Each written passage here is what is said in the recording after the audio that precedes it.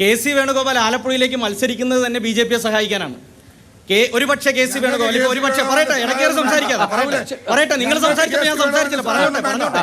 2.5 വർഷക്കാലത്ത് ഇനിയുണ്ട്.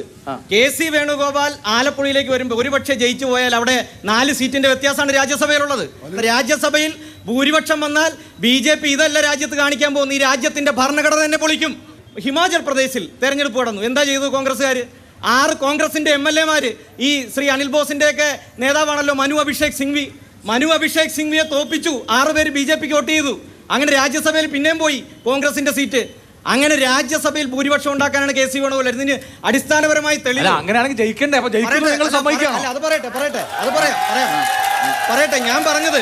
ഞാൻ പറഞ്ഞത് കെ.സി. വേണുഗോപാലിന്റെ സംഘടനാ ചരിത്രം എടുത്താൽ ഇപ്പൊ കഴിഞ്ഞ വർഷം കെ.സി. വേണുഗോപാൽ 2019 ഇവിടെ മത്സരിക്കാതെ ഓടിപ്പോയ ആളാണ്. ഇപ്പൊ രാജ്യസഭാ മെമ്പറാണ്, അതിനേക്കാൾ കൂടുതൽ ചുമതലയുണ്ട്, ഇതെല്ലാം ഉണ്ട്. കെ.സി. വേണുഗോപാൽ സംഘടനാ ജനറൽ സെക്രട്ടറി ആയതിനു ശേഷം 9 മുഖ്യമന്ത്രിമാരാണ് കോൺഗ്രസിൽ നിന്നും ബി.ജെ.പിയിലേക്ക് പോയത്. ആലപ്പുഴയിൽ നിന്നുള്ളൊരു മുഖ്യമന്ത്രി ആയിരുന്നല്ലോ എ കെ ആന്റണിയുടെ മകൻ അനിൽ ആന്റണി. ഇപ്പൊ എവിടെയാ? ഇവിടെ പത്തനംതിട്ടയിലെ ബി.ജെ.പിയുടെ സ്ഥാനാർത്ഥിയാ. 2 മുഖ്യമന്ത്രിമാരുടെ മക്കളെ വരെ ബി.ജെ.പിയിലേക്ക് സംഭാവന ചെയ്ത ആളുകളാണ്.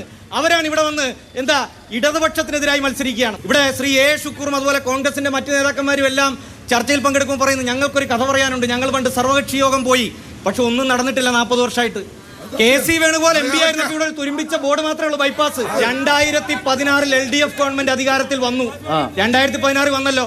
വന്നു കഴിഞ്ഞ് സഖാവ് പിണറായി വിജയന്റെ നേതൃത്വത്തിലാണ് 199 കോടി രൂപ ഇതിനു വേണ്ടി മാറ്റി വെച്ചത്. അത് കണക്ക് തെറ്റാണെങ്കിൽ പറയുന്നത്. 2006 ആലപ്പുഴക്കാരനായ വി എസ് അച്യുതാനന്ദൻ മുഖ്യമന്ത്രി നടന്നിട്ടില്ല.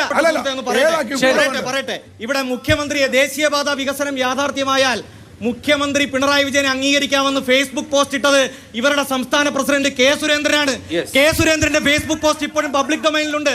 ഞാൻ അത് മാത്രമല്ല പറയുന്നത്, ദേശീയപാത വികസനം മുടക്കിയവരാണ് ഇവര്.